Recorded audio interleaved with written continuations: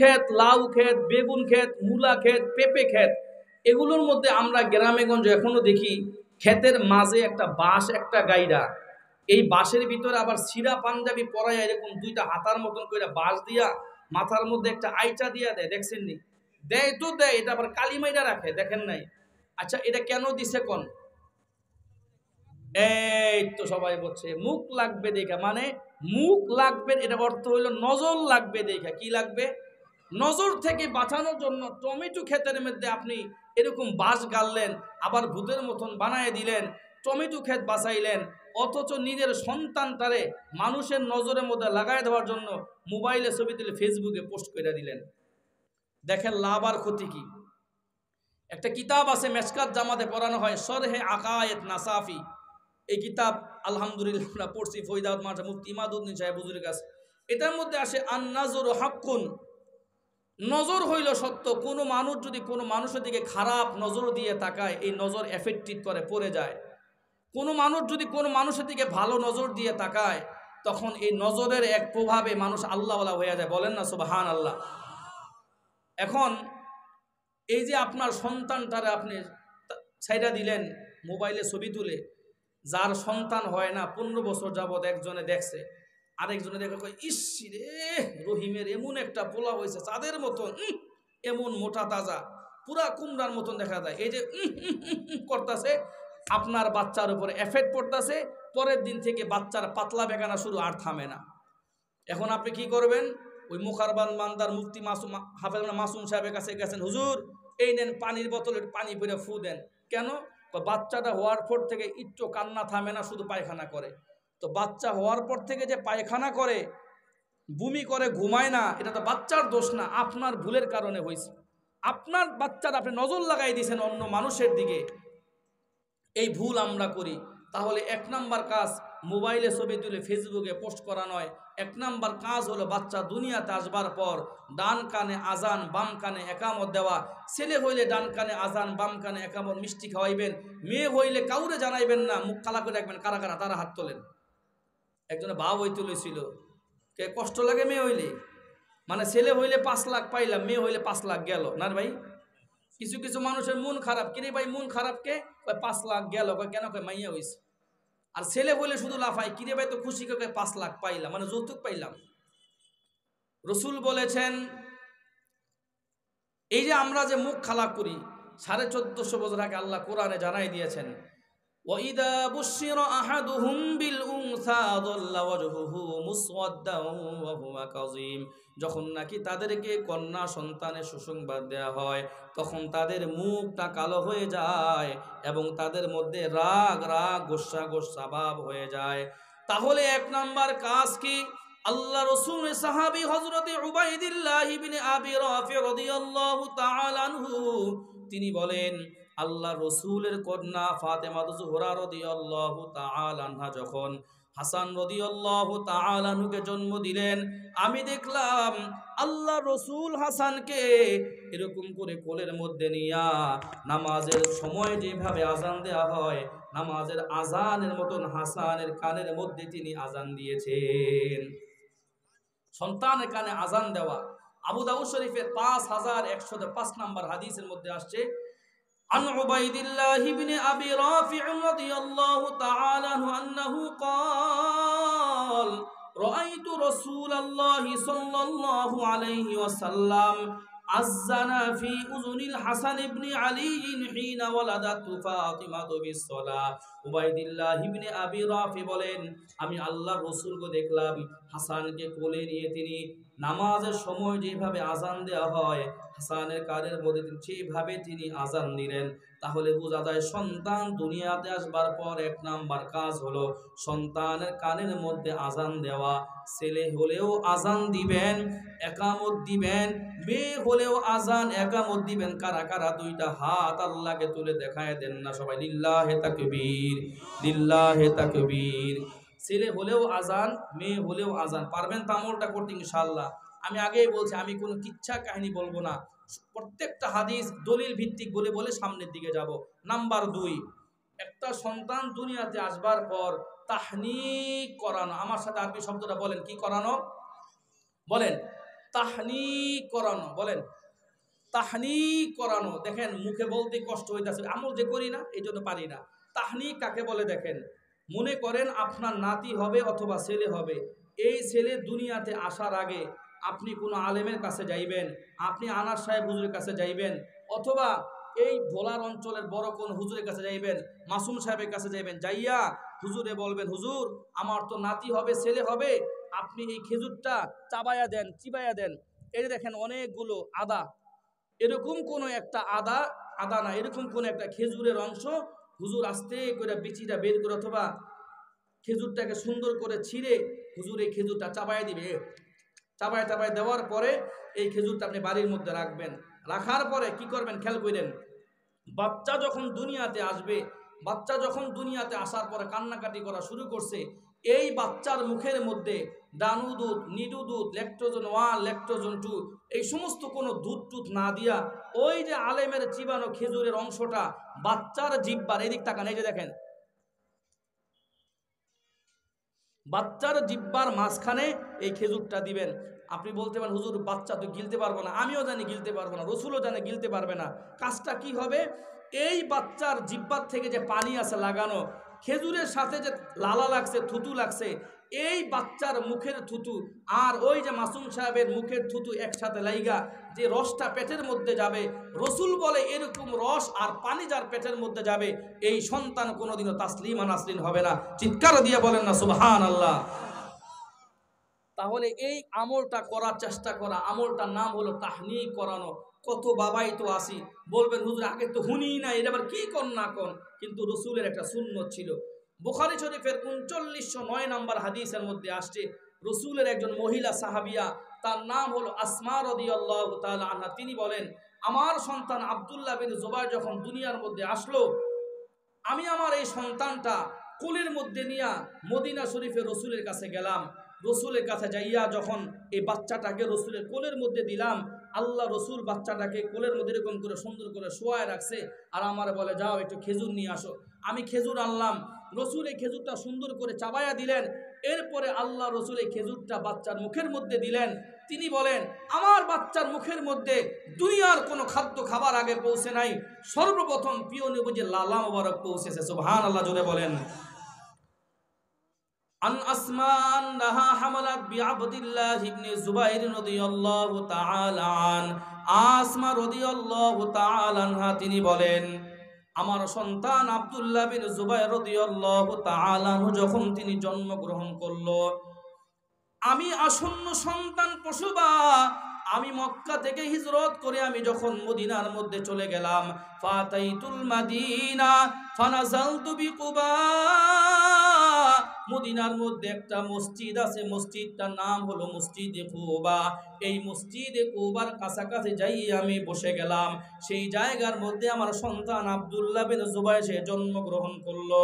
এরপরে তিনি কি বলেন দেখেন, ফাতাইতু বিহিন নাবিয়্য সাল্লাল্লাহু আলাইহি ওয়াসাল্লাম, আমি আমার এই সন্তানটা কোলের মধ্যে নিয়া আল্লাহর রাসূলের কাছে যখন আমি গেলাম, ফাতাইতু বিহিন নাবিয়্য সাল্লাল্লাহু আলাইহি ওয়াসাল্লাম ফাওয়াযাতুহু ফি হাজরিহি, আল্লাহর রাসূলের কোলের মধ্যে আমার সন্তানটা বসায়া দিলাম।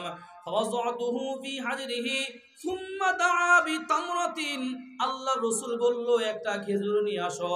আমি যখন খেজুর আনলাম, ফামাযাগাহা, আল্লাহ রসুল এবার খেজুরটা তিনি চিবাইয়া দিলেন। সুবহানাল্লাহ জোরে বলেন না। আল্লাহ রসুল খেজুরটা এরকম করে তিনি চিবাইয়া দিলেন। সুম্মা তাফালা ফি ফিহি, আল্লাহ রসুল খেজুরের মধ্যে তিনি থুতু দিয়ে দিলেন। সুম্মা তাফালা ফি ফিহি ফাকানা আউয়ালা শাইইন দাখালা জাওফাহু রিহু রাসূলিল্লাহি সাল্লাল্লাহু আলাইহি ওয়াসাল্লাম। আসমা রাদিয়াল্লাহু তাআলা আনহা তিনি বলেন আমার সন্তানের পেটের মধ্যে দুনিয়ার কোনো খাবার আগে পৌঁছে নাই, সর্বপ্রথম আল্লাহ রসুলের লালার থুতু মোবারক পৌঁছেছে। তাহলে এই ভোলা চরফেশন দুলারহাটের মানুষ আমরা যারা যারা আছি, আমাদের তো অনেকেরই সন্তানাদি হয়, কয়জন বাবা এমন আছি এই আমলটা আমরা করি, অনেক বাবাই তো এই আমলটার কথা জানি না। আর বৃদ্ধ হওয়ার পর যখন দেখি সন্তান আমার কথা শোনে না, সন্তান যখন ঘুষ খায় সুদ খায়, তখন সন্তানটারে আমরা দোষ দেই। রাসূল বলেন এই আমল যদি কোনো বাবা করে, এই সন্তান কোনোদিনও অমানুষ হবে না, সন্তানটা সব সময় একটা নেককার সন্তান হবে। আমলটা করতে পারবেন তো ইনশাআল্লাহ? তাহলে 2 নাম্বার আমল হলো সন্তান দুনিয়াতে আসবার পর তাহনিক করানো। নাম্বার 3, মনোযোগ দিয়ে শুনবেন। সন্তান হইছে, দুনিয়ায় আসছে, আপনার মামা আসতেছে সন্তান দেখতে, চাচাতো ভাই ফুফাতো ভাই অনেকে আসে, আইসা বাচ্চা কোলে নিয়া বলে পুরা বাপের মতো হয়েছে রে, সাদা মিয়ার মতন। সাদা মিয়া, লাল মিয়া, কালা মিয়া, ধলা মিয়া, নানান কথা বলি, বাবার মতন হয়েছেন, দাদার মতো হয়েছে, চাচার মতো হয়েছে। রাসূল বলে এগুলো বইল না, তোমাদের জন্য কাজ হইল সন্তান দুনিয়াতে আসবার পর এই সন্তানটা কোলে নিয়া তার জন্য বেশি বেশি করে বরকতের দোয়া করবা। সুবহানাল্লাহ জোরে বলেন না। আবু দাউদ শরীফের 5106 নাম্বার হাদিসের মধ্যে আসছে, রাসূলের স্ত্রী আয়েশা রাদিয়াল্লাহু তাআলা আনহা তিনি বলেন, আল্লাহ রসুলের কাছে যখন কোন নবজাতক সন্তানকে নিয়ে আসা হইতো, আল্লাহ রসুল এই সন্তানটা কোলে নিয়া তার জন্য বেশি বেশি করে বরকতের দোয়া করতেন। عن عائشة رضي الله تعالى عنها قالت كان رسول الله صلى الله عليه وسلم يؤتى بالصبيان فيدعو لهم بالبركة। عائشة رضي الله تعالى عنها তিনি বলেন, আল্লাহর রসুলের কাছে যখন কোন নবজাতক সন্তানকে নিয়ে আসা হইতো, আল্লাহর রসুল এই সন্তানটা কোলের মধ্যে নিয়া তার জন্য বেশি বেশি বেশি বেশি করে তিনি বরকতের দোয়া করতেন। একজন বড় আলেম, তার নাম হলো আইয়ুব সুখতিয়ানি, তিনি বলেন তিনি যখন কোন নবজাতক সন্তানের বাবাকে দিয়ে স্বাগত জানাইতেন, তিনি বলতেন কানা আন্না ইদা আবা মাউলুদিন জাআলাল্লাহু মুবারাকাতান আলাইহি ওয়া আলা উম্মতি মুহাম্মাদিন সাল্লাল্লাহু আলাইহি ওয়াসাল্লাম। তিনি দোয়া করতেন তোমার এই সন্তানটাকে আল্লাহ তাআলা বরকতওয়ালা বানায় দিক, তোমার এই সন্তানটাকে আল্লাহ তাআলা গোটা উম্মতি মুহাম্মদের জন্য বরকতের কারণ বানায় দিক।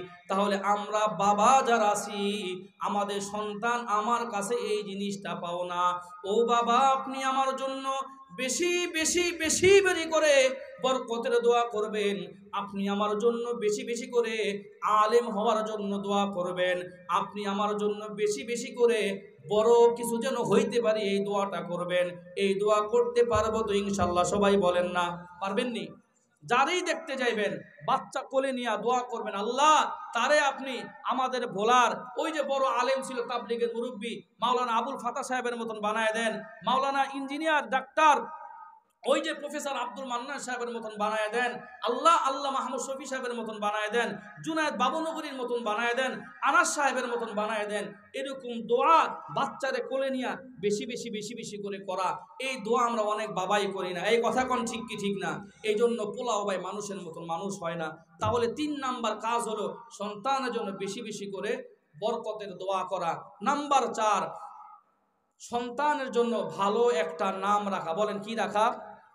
ভালো একটা নাম রাখা। আচ্ছা এক কথা, আপনারা কি বিরক্ত হচ্ছেন নাকি আমার উপরে যে হুজুর লাইলে মজুর একটু কাহিনী রাইনি কন্যা একটু শুনি, কিচ্ছা কাহিনী কন একটু শুনি? ও ভাই এগুলো বলার সময় নাই, যতটুকু সময় দেওয়া হয়েছে এখন বাজে 10টা 16, টাইম মতো ইনশাল্লাহ আলোচনা শেষ। যদি আপনারা আমার সাথে থাকবেন তো ইনশাআল্লাহ, মোনাজাত দিয়ে যাবেন তো ইনশাআল্লাহ, আল্লাহ কবুল করুক। নাম্বার 4, হযরত আব্দুল্লাহ ইবনে আব্বাস রাদিয়াল্লাহু তাআলা আনহু একদিন রসুলের কাছে আয়েশা বল, ওগো আল্লাহ রসুল, পিতা মাতার উপরে সন্তানের কি কি হক এটা আমরা জানি, কিন্তু সন্তানের উপরে পিতা মাতার কি কি হক এটা তো আমরা জানি না। বাইহাকি শরীফের 11 নম্বর খণ্ডের 133 নম্বর পৃষ্ঠার মধ্যে আসছে। তখন আল্লাহ রসুল কি বলে শোনেন, আন আব্দুল্লাহ ইবনে আব্বাস রাদিয়াল্লাহু তাআলা আনহুমা قال قد علمنا حق الوالد فما حق الولد يا رسول الله। ওগো আল্লাহর রাসূল, পিতামাতার উপরে সন্তানদের জন্য কি কি হক রয়েছে এটা তো আমরা জানি, কিন্তু সন্তানদের উপরে পিতামাতার কি কি হক এটা তো আমরা জানি না। আল্লাহ রসুল বললেন তোমাদের উপরে হলো 2টা হক, আইয়ুহসিনা ইসমাক ওয়া ইউহসিনা আদাবা, তোমরা তোমাদের সন্তানদের জন্য ভালো একটা নাম রাখবা এবং তোমরা তোমাদের সন্তানদেরকে আদব শিক্ষা দিবা। তাহলে ভালো একটা নাম রাখা প্রত্যেকটা পিতা মাতার উপরে দায়িত্ব। কষ্টের কথা কি বলবো 2022 সালে ফুটবল খেলা আর্জেন্টিনা বিশ্বকাপ জিতবার পর আমাদের নারায়ণগঞ্জের এক পাগলে ছেলের নাম রাখছে মোহাম্মদ মেসি। কি রাখছে কোন, কি নাম রাখছে? মোহাম্মদ মেসি। ওই যে শোনেন নাই, নারায়ণগঞ্জের এক পাগলে ব্রাজিলের মতন কালারের বাড়ি বানাইছে। পরে আমার বাড়ির কাছে, একবারে বাড়ির কাছে দেখা যায় পুরা ব্রাজিল কালার বাড়ি বানাইছে। বলে ব্রাজিলের লাস্ট দুধ আসছে তার বাড়িতে। তো ওই পাগলে খুশির চড়ে আর্জেন্টিনা জিতার পরে পোলার নাম রাখছে কি? মোহাম্মদ মেসি। এই যে মোহাম্মদ মেসি রাখার পরে জিজ্ঞেস করলো, এ ভাই এই নাম রাখলি কে? মেসির এত ভালোবাসি, ভুলা যেন না যায়, এলিগে পোলার নাম রাখছি মোহাম্মদ মেসি। আরেক মাহফিলে গেছি, হাজী সাহেবের ঘর, এমন সুন্দর ঘর। তো হাজী সাহেবে ভিতর থেকে ডাক দেখা, সুরেশ হুজুর আইছে, হুজুরের লেগা চা পানি নাস্তা পানি কিছু নিয়ে আয়। বললাম কাকা একটা হিন্দুরে ডাক দিয়েছেন পানি চা না, মুসলমান নাকি? হাই মিয়া হুজুর, হিন্দু মিন্দু আমার পোলারা ডাক দিয়েছে। আমি তাই বললাম সুরেশ কি আপনার পোলাকে হবে? এই নাম রাখছেন নাকি? ওর মার নাম সুরভি, এর লেগে পোলার নাম রাখছে সুরেশ। কাকার খবর নাই সুরেশ নাম যে হিন্দু নাম, বোঝেন নাই? কাকার খবর নাই সুরেশ নাম যে হিন্দু নাম। মার নাম সুরভি, পোলার নাম রাখছে সুরেশ। এর তো উচিত ছিল মাওলানা মাসুম সাহেবের কাছে আইসা, অথবা আপনাদের ভোলার বড় বড় হুজুর যারা আছে এদের কাছে যাইব, যাই বলবো পোলা তো হয়েছে, নাম কি রাখবো এরকম। এ কথা কোন ঠিক কি ঠিক না? আপনি নামের কোনো খোঁজ খবর জানেন না, পোলার নাম রাখছেন হিন্দু নাম, রাই খাবার কোন হাই মেয়ে এটা তো আমার পোলা, আপনি কি কর না কর। আমি কোন দোষ কইছি? আমি কইছি কাকা হিন্দুরে ডাক দেন কে, মুসলমান পোলা পাইন ডাক দেন, খবর নাই কাকার। রসুল বললেন আইয়ুহসিনা ইসমাক ওয়া ইউহসিনা আদাবা, তোমরা তোমাদের সন্তানদের জন্য ভালো একটা নাম রাখবা, তোমরা তোমাদের সন্তানদেরকে আদব শিক্ষা দিবা। তাহলে 4 নাম্বার কথা হলো ভালো একটা নাম রাখা। ঠান্ডা পড়তেছে, আমি তাড়াতাড়ি শেষ করতে চাচ্ছি। নাম্বার 5, মনোযোগটা শুনবেন। নাম্বার 5 হলো সন্তানকে আদব শিক্ষা দেওয়া। সবচাইতে গুরুত্বপূর্ণ আদব হলো সন্তানকে 7 বছর বয়স থেকে নামাজের শিক্ষা দিবা। 10 বছর বয়স থেকে সন্তান যদি নামাজ না পড়ে একটু একটু মারপিট করবা। আর যখন সন্তান বালেগ হয়ে যাবে এই সন্তানের বিছানাটা তোমরা আলাদা করে দিবা। আবু দাউদ শরীফের 495 নাম্বার হাদিস, قال رسول الله صلى الله عليه وسلم مروا أولادكم بالصلاة وهم أبناء 7 سنين وضربوهم عليها وهم 10 سنين وفرقوا بينهم في المضاجع। আল্লাহর রাসূল বলেন তোমরা তোমাদের সন্তানদেরকে 7 বছর বয়স থেকে নামাজের শিক্ষা দিবা। আর কি করবা? ওয়াহুম আবনাউ 7 সিনিন, আর তোমার সন্তান তার বয়স যখন 10 বছর হয়ে যাবে, সন্তান যদি নামাজ না পড়ে একটু একটু করে চর থাপ্পড় দিবা। আর সন্তান যখন বালেগ হয়ে যাবে অফাররিকু বাইনাহুম ফিল মাজাজি, তার বিছানাটা তোমরা আলাদা করে দিবা। সবাই বলেন তো এই জায়গায় মাউত কয়টা? সবাই বলেন কয়টা? 2টা মাউত। একটা মাসআলা বলবো গুরুত্বপূর্ণ, অন্যদিকে তাকাইলে বুঝবেন না, এদিক তাকাইলে একমাত্র বুঝবেন। দেখেন, মনে করেন এইটা একটা খাট, এটা একটা খাট। এখন আপনার ছেলের বয়স 15 বছর, মেয়ের বয়স 13 বছর, পিঠাপিঠি সন্তান। আপনার ঘর মাত্র একটা, বিছানা একটা। রসুল বলছেন তোমরা তাদের বিছানাগুলো আলাদা করে দাও। এখন আপনি কেমন করে ঘুমাবেন, কেমন করে বাচ্চা শোয়াইবেন, এটা শিক্ষা রাখেন, তাইলে আজকের মাহফিল সার্থক। শোনেন, রসুল বলেছেন প্রাপ্তবয়স্ক ছেলে যেন তার মায়ের সাথে পাশাপাশি না ঘুমায়। ছেলের বয়স 15 বছর, 15 বছরের বালেগ হয়ে গেছে, এই ছেলে তার মায়ের সাথে পাশাপাশি আর গলার মধ্যে দইরা, ওই ছোটবেলায় দেখতাম বাচ্চা বাপের উপরে পাও দিয়া ঘুমাইতো না, এখন সেটা করবে না, নিষেধ, হারাম, হারাম তার জন্য। মেয়ের বয়স 13 বছর, 13 বছরের মেয়েটা বাবার সাথে পাশাপাশি আর ঘুমাবে না, নিষেধ তার জন্য। কি করবে দেখেন, এটা একটা খাট। এখন আপনি বলবেন হুজুর আমার তো এত ঘর বাটি নাই, আমার জন্য ছেলের জন্য এক ঘর, মেয়ের জন্য একটা ঘর দেওয়া সম্ভব না, একটা মাত্র ঘর, এটার মধ্যে আমার থাকতে হয় খাটের মধ্যে। এখন কি করবেন? স্বামী স্ত্রী তারা পাশাপাশি ঘুমাবে। বাবার এই পাশে ঘুমাবে হইল ছেলে, এই বুঝেন, বাবার এই পাশে ঘুমাবে ছেলে, মায়ের এই পাশে ঘুমাবে মেয়ে। রসুল বললেন এইভাবে যদি তোমরা সন্তান লালন পালন করো, সন্তান মানুষের মতন মানুষ হবে। আপনি বলবেন আমার খাঁটি তো একটা, কিন্তু সন্তান তো তিনজন, এইভাবে তো তাদেরকে রাখতে পারি না। ছোট বাচ্চা কান্নাকাটি করে, ভাই বোন যদি একসাথে শুইতে দিতে হয়, তখন তাদের মাঝখানে এরকম একটা কোলবালিশ দিয়ে দিবেন, অথবা কম্বল দিয়ে দিবেন, অথবা পর্দা দিয়ে দিবেন, যাতে করে ঘুমের মধ্যে অচেতন অবস্থায় ভাইয়ের হাত বোনের উপরে না পড়ে। রসুল নিষেধ করেছেন, ও দুনিয়ার উম্মতেরা শোনো শোনো শোনো, ঘুমের ঘরে কারো কোনো খোঁজ খবর থাকে না। আল্লাহ না করুক সন্তান যে মায়ের পাশে ঘুমাচ্ছে, ছেলে যদি হাত ভুলে মায়ের উপর দিয়ে দেয়, কবিরা গুনাহ হয়। বাবা যদি হাতটা মেয়ের উপরে দিয়ে দেয়, কবিরা গুনাহ হয়। আল্লাহর আরশ পর্যন্ত কেঁপে ওঠে। এই জন্য রসুল বললেন, সন্তান বালেগ হয়ে গেলে তাদের বিছানাটা তোমরা আলাদা করে দিবা। সুবহানাল্লাহ বলেন। এটা গেল একটা কথা। এরপরে রসুল বলেন, শোনো, কোনো বালেক ছেলে যেন আরেকটা বালেক ছেলের সতরের দিকে না তাকায়। বালেক ছেলের সতর কোনটা? নাভি থেকে শুরু করে হাঁটুর নিচ পর্যন্ত। কোনো মেয়ে যেন আরেকটা মেয়ের হাঁটুর নিচ দিকে না তাকায়। গলার থেকে শুরু করে হাতটা সব একেবারে পায়ের পাতা পর্যন্ত হলো মেয়েদের সতর। এক মেয়ে যেন আরেক মেয়ের দিকে না তাকায়। শুধু এটাই নয়, রসুল বললেন প্রাপ্তবয়স্ক ছেলে যেন একটা কাঁথার নিচে একই বিছানায় যেন এভাবে তারা না ঘুমায়। কথা বুঝছেননি? ক্বালা রাসূলুল্লাহ সাল্লাল্লাহু আলাইহি ওয়াসাল্লাম, আবু দাউদ শরীফের 4018 নম্বর হাদিসের মধ্যে আসছে, লা ইয়ানজুরুর রাজুলু ইলা উরিয়াতির রাজুলি ওয়ালাল মারআতু ইলা উরিয়াতিল মারআতি ওয়ালা ইফজির রাজুলু ইলার রাজুলি ফি সাওবিন ওয়াহিদিন ওয়ালা তুফজিল মারআতু ইলাল মারআতি ফি সাওবিন ওয়াহিদিন। আল্লাহ রাসূল বলেন, একজন বালেগ ছেলে যেন আরেকটা বালেগ ছেলে সতরের দিকে যেন না তাকায়, একটা বালেগা মেয়ে যেন আরেকটা বালেগা মেয়ের সতরের দিকে না তাকায়, এবং যেন তারা একটি কাঁথার নিচে পাশাপাশি যেন তারা না ঘুমায়া যায়। কিন্তু বড় আফসোস, ঢাকা শহরে দিন দিন যত উন্নত হচ্ছে তত তাদের মধ্যে শয়তানি বাড়তেছে। ঢাকা শহরের বড় বড় দোকানগুলোর মধ্যে গেলে দেখা যায় ছেলের জন্য প্যান্ট বানাইছে, মাঝখান দিয়ে ছিঁড়া, আছে না নাই? এক পাগল একদিন বললাম, ভাই রে, তোর প্যান্টের মাঝখান দিয়ে ছিঁড়া কেন? তুই কি ফকির নাকি, গরিব নাকি? বলে, কি বলেন, আমার বাবার কিন্তু গাড়ি আছে, বাড়ি আছে, অথচ ছেলেটার পাছার এদিক দিয়ে একটু ছিঁড়া। আগের জমানায় শুনতাম গরিব মানুষ ছিঁড়া প্যান্ট ছিঁড়া শার্ট পরে। এখন জিজ্ঞেস করলে, কিরে ভাই প্যান্ট ছিঁড়াকে, এই ছিঁড়া প্যান্ট দেখেন নাই, এদিক দিয়ে ছিঁড়া এদিক দিয়ে ছিঁড়া রান দেখা যায়, কিরে ভাই ছিঁড়াকে? এটা হলো একটা ফ্যাশন। এটা কি ফ্যাশন? এটা হইলো ফ্যাশন। ছিঁড়া প্যান্ট পরে এটা হইলো ফ্যাশন। অনেক ছেলে পেলে দেখবেন খেলতে যাইয়া দূর লুঙ্গি ঝামেলা, আজ থেকে লুঙ্গি 2 লাখ পাশার মধ্যে গুজা দেয়, লিংটি মারে, আসে না নাই? এই যে আরেক ছেলে যে তার রান দেখতেছে, পিঠ দেখতেছে, কবিরা গুনাহ হয়। তাহলে আমি বুঝা শুনে আরেকজনকে আমার রান পিঠ দেখতে দিতে পারি না। কথা বলেন ঠিক কি ঠিক না? তাহলে 5 নাম্বার কথা হলো সতর ঢাকা, সন্তানদেরকে নামাজের শিক্ষা দেওয়া, 10 বছর বয়স থেকে নামাজ না পড়লে মারপিট করা, আর তাদের জন্য বিছানাগুলো আলাদা করে দেওয়া। আফসোস কি বলবো, ছোট ছোট বাচ্চারা যদি মসজিদের মধ্যে চিল্লা চিল্লি করে, এলাকার হঠাৎ হাজি সাহেব, কিছু আছে না, হঠাৎ হাজি হজ করে এসে হাজি সাহেব দাঁড়িয়ে রাখছে, মুছ রাখছে, পাঞ্জাবি পরে, উনি এখন এই বাচ্চারে কানের মধ্যে ধরে মসজিদ থেকে বের করে, মসজিদ থেকে বেরো, তোরা খালি মসজিদে দুষ্টামি করস।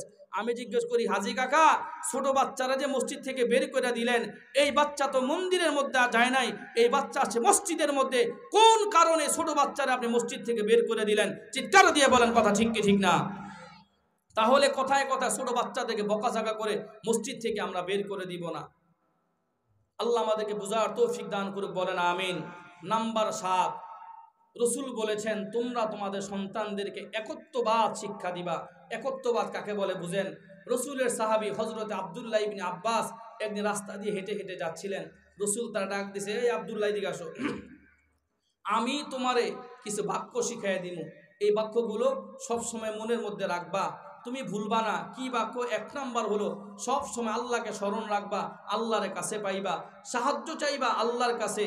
যখন তোমার টাকা পয়সা প্রয়োজন আল্লাহর কাছে চাইবা, আল্লাহকে তুমি কাছে পাইবা।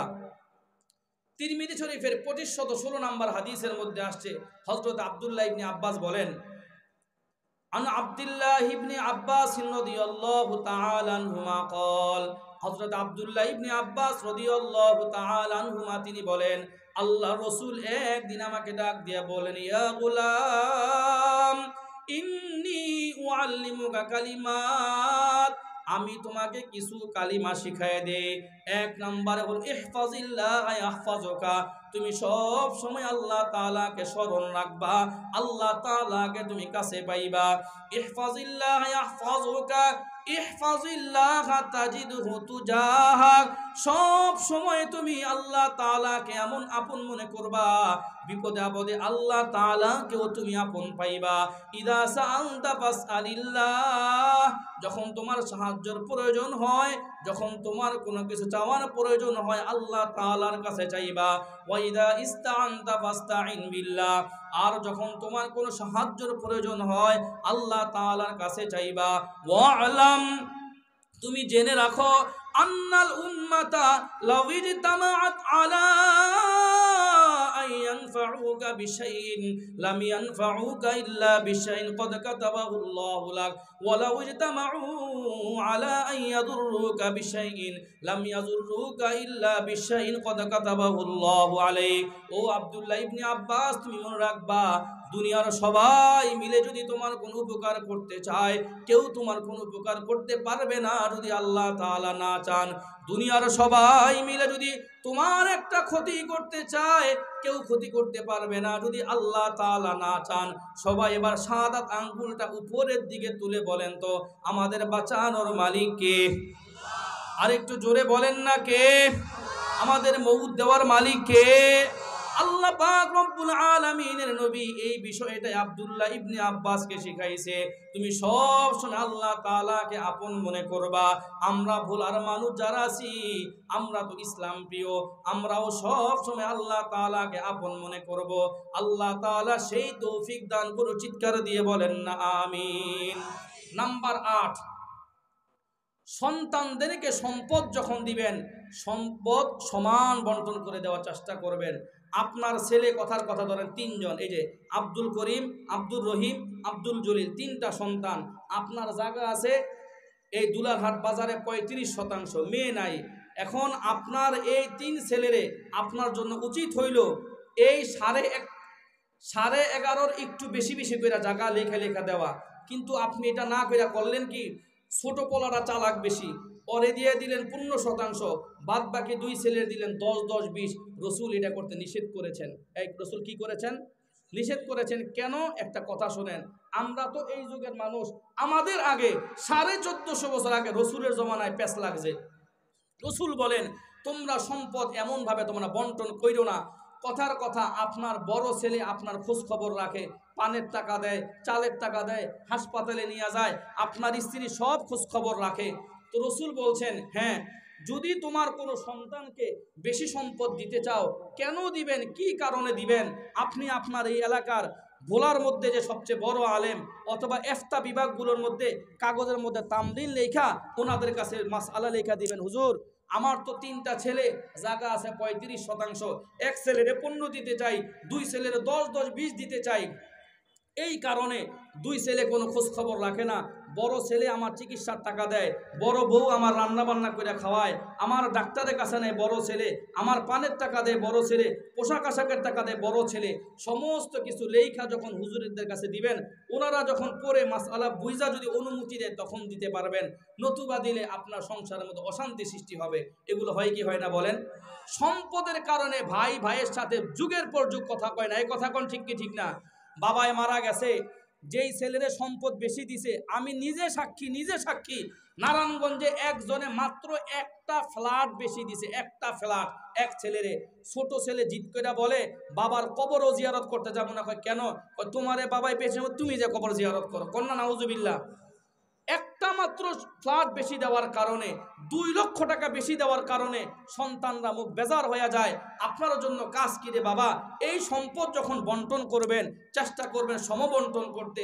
যদি না পারেন, আলেমরা যখন ফতোয়া দিবে, বড় বড় হুজুরা বলবে হ্যাঁ ঠিক আছে, তখন হুজুরা এলাকার লোকজন ডাক দিয়া বলবে, এই তুমি তো তোমার বাবার কোনো খোঁজ খবর রাখো নাই, ছিলা শুধু ঢাকায়, বউ নিয়া ভিন্ন থাকছো, এখন সম্পদ বন্টন কাছে আসছো না, তোমার বড় ভাইরে 5% বেশি দেওয়া হবে, তোমাদেরকে 500 টাকা কম দেওয়া হবে। বড় মজলিসে যদি বলে হ্যাঁ ঠিক আছে করেন, হুজুর তাকে এমনি বলবো না, হুজুর আগে হেদায়েতি বয়ান দিবে, তারপরে বললে সবার সামনে সাইন নিবেন।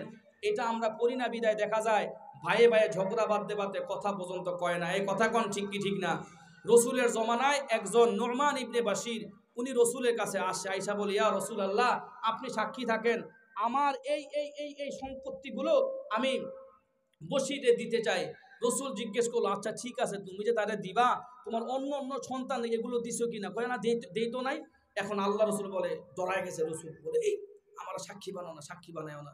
চিন্তা করে দেখেন, রসুল যাকে সৃষ্টি না করলে আল্লাহ কিচ্ছু সৃষ্টি করতো না, উনি বলে আমার সাক্ষী বানাও না। বলে কেন? অন্য কাউরে বানাও। তখন রসুল বলে, এই তুমি কি চাও তোমার মৃত্যুর পরে তোমার সন্তানরা ঝগড়াঝাটি করুক? কয় না, চাই না। আচ্ছা তুমি কি চাও তোমার মৃত্যুর পরে তোমার সন্তানগুলো মিলেমিশে থাকুক? বলে হ্যাঁ, এটা চাই। তো যদি তুমি এইটা চাও তাহলে সম্পদ সবার সমবন্টন করে দাও। কন্যা সুবহানাল্লাহ। মুসলিম শরীফে 1623 নম্বর হাদিসের মধ্যে আসছে, عن النعمان بن بشير رضي الله تعالى عنه قال انطلق بي أبي يحملني إلى رسول الله صلى الله عليه وسلم فقال يا رسول الله اشهد أني قد نحلت النعمان كذا وكذا من مالي فقال أكل بنيك قد نحلت مثل ما نحلت النعمان قال لا قال فلا إذن قال أيسرك أن يكونوا إليك في البر سواء قال بلى قال ইদা। এরপরে আল্লাহ রসুল বললেন, তুমি যদি চাও তোমার সন্তানরা ঝগড়া বিবাদ করুক, এই কাজ কইরো না। আর তুমি যদি চাও তোমার সন্তানরা তোমার মৃত্যুর পরে মিলে মিশে থাকুক, তাহলে তাদের মাঝে সম্পদগুলো বন্টন করে দিবা। আফসোসের কথা কি বলবো, ভাই যখন বেঁচে থাকে, বোন যখন বেঁচে থাকে, বাবায় শুধুমাত্র বড় মাছের মাথাটা ছেলেরে খাওয়ায়, মেয়েরে খাওয়ায় না। জিজ্ঞেস করলে বলে ছেলের মাথার বুদ্ধি বেশি দরকার। আরো আফসোস, মেয়েকে ঠকায়, ছেলেকে জিতায়। আল্লাহ রসুল বলেন, কোন বাবা যদি কোনো মেয়েকে ঠকায় দেয়, হাসরের ময়দানে তারা জবাবদিহিতা করা লাগবে। তবে হ্যাঁ, আপনি জীবিত থাকতে সম্পদ দিলে তো মিরাসের মাসআলা আসবে না, বাবা মৃত্যুর পরে মিরাসের মাসআলা আসবে। অনেক ভাইয়েরা বোনদেরকে ঠকায়া দেয়, তাদের সম্পত্তি দেয় না, এই আছে না নাই?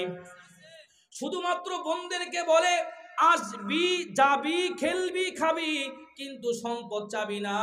ভাইয়ের বউ যদি কোনো রকম শুনতে পারে ননদে নন আসে তো সম্পদ চায়, এরপর থেকে আর কোনোদিনও ভাইয়ের বউকে একটা ফোন পর্যন্ত দেয় না। এই কথা কোন আছে না নাই? ভাগিনাকে মামায় বলে, এই বেটা আসবি, থাকবি, খেলবি, বেড়াবি, কিন্তু সম্পদ চাইস না মামা। তোর মারে তো বাবাই বিবাহ দিছে বড় জায়গা দেখে, আমার কি আছে? আরে আপনার বোন যদি আপনাকে স্বেচ্ছায় জায়গা জমি রেখা দেয় কোনো সমস্যা নাই, কিন্তু আপনি ছল চাতুরি কইরা বোনদেরকে ঠকাইয়া যদি কোটিপতি হন, হাদিসের মধ্যে আসছে, কোনো মানুষ যদি কোনো মানুষকে ঠকাইয়া এক বিগত পরিমাণ সম্পদ নিয়ে নেয়, কাল হাসরের ময়দানে এই এক বিগত সম্পদের কারণে তার মাথার উপরে 7 তবক আসমান, 7 তবক জমিনকে পেঁচাইয়া গলার মধ্যে দিয়ে দেয়া হবে। তাহলে আজকের মাহফিল থেকে আমরা ওয়াদা করি, আমি আমার বোনকে ঠকাবো না। বলেন ইনশাআল্লাহ। সবাই বলেন, আমি আমার ছোট ভাইটাকে ঠকাবো না। ছোট ভাইরাও বলি, বড় ভাইকে ঠকাবো না। কত বড় আফসোস, কত ছোট ছোট ভাইরা সম্পদের জন্য বড় ভাইয়ের সাথে গালাগালি পারাপারি করে। আরে বেটা, তোর কি খবর নাই?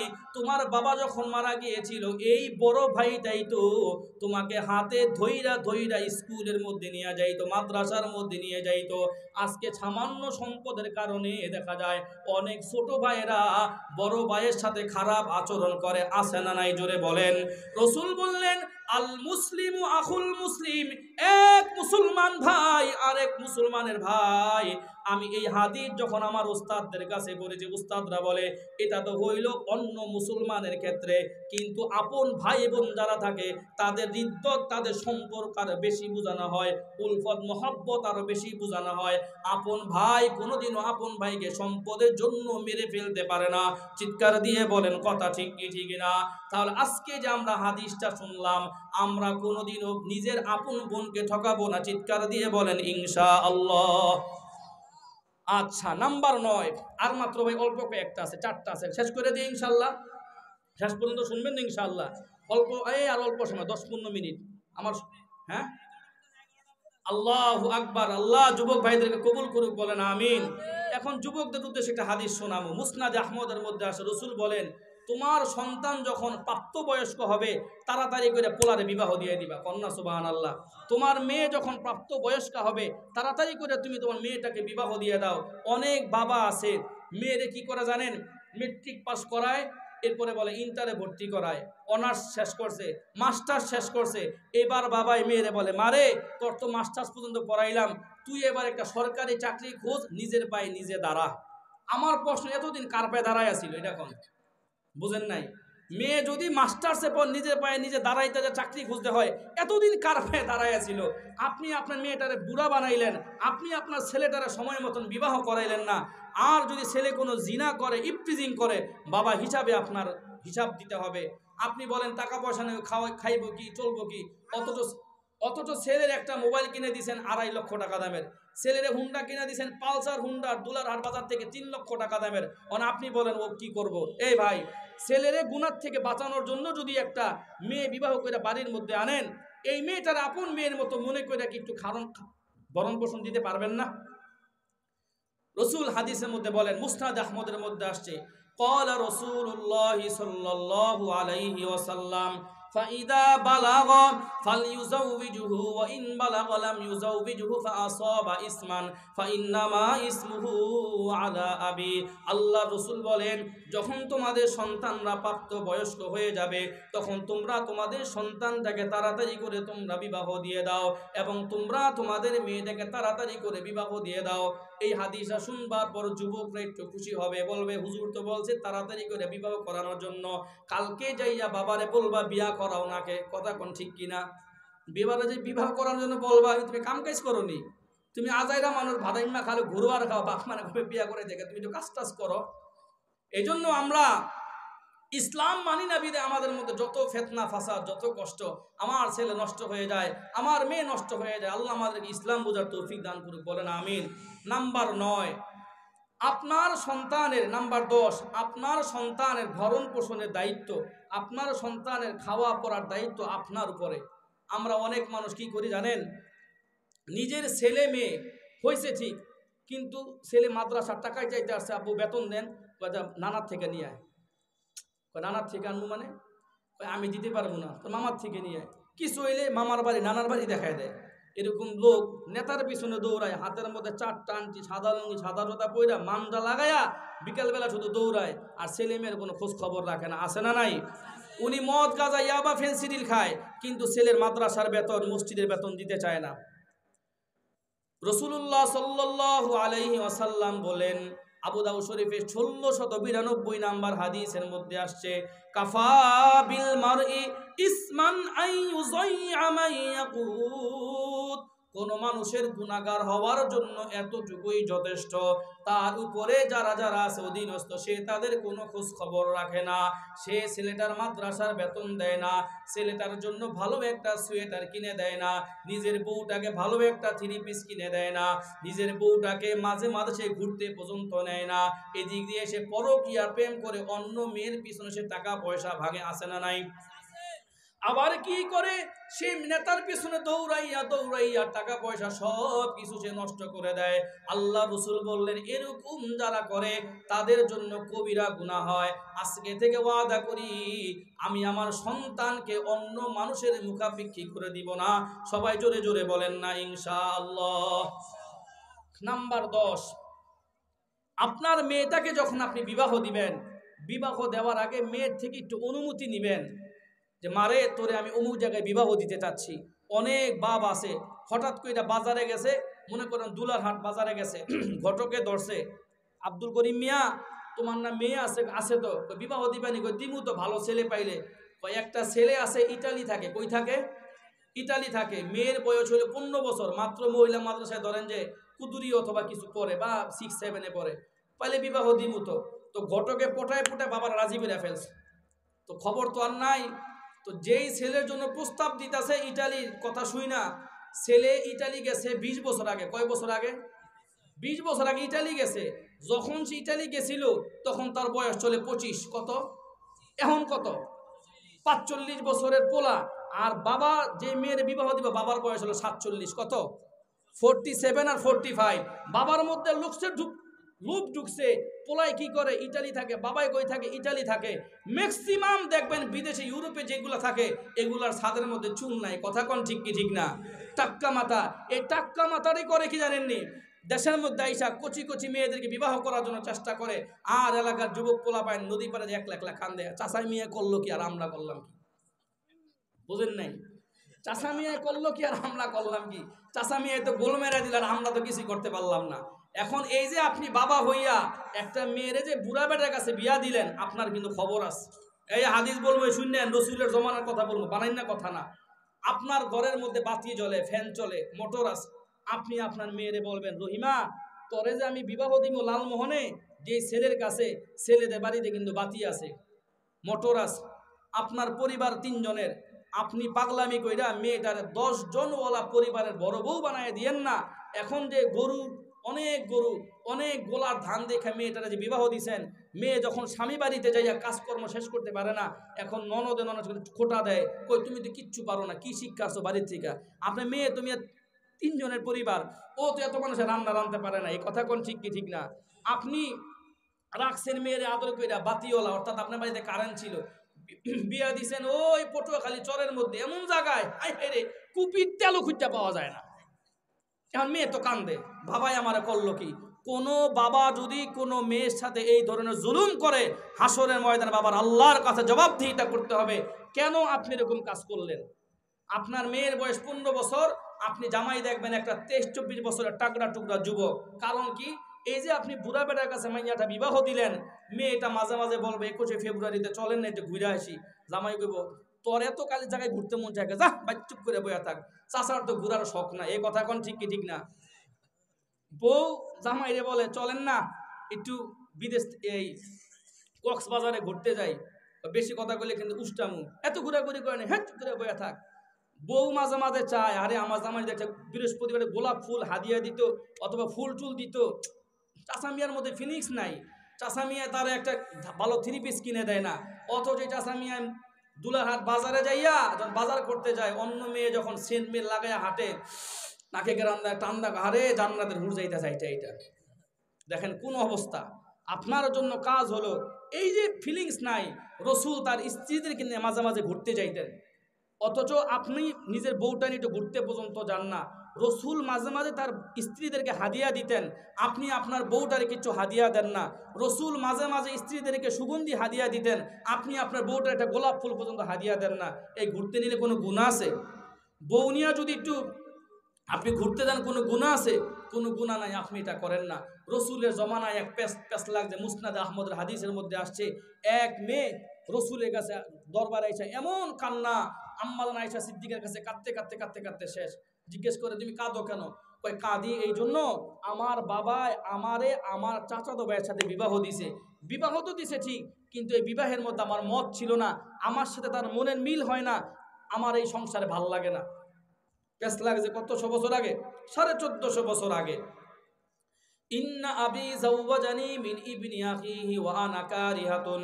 মেয়েটা এসে বলে, ও আম্মা জান, আমার বাবা আমাকে আমার চাচাতো ভাইয়ের সাথে বিবাহ দিয়ে দিয়েছে, অথচ এই বিবাহের মধ্যে আমি রাজি ছিলাম না। আম্মা জান আয়েশা সিদ্দিকা রাদিয়াল্লাহু তাআলা আনহা তিনি বলেন, ইজলিসি হাত্তা ইয়াতিয়া রাসূলুল্লাহ, তুমি এই জায়গার মধ্যে বসো, আল্লাহ রাসূল যখন বাড়ির মধ্যে আসবে তখন তুমি তোমার মাসআলাটা তুমি বইলো। আল্লাহ রাসূল যখন ঘরের মধ্যে আসলেন, মেয়েটা কাঁদতে কাঁদতে কাঁদতে কাঁদতে বেহুশ অবস্থায় এবার আল্লাহ রসুলকে পুরা ঘটনাটা বললেন।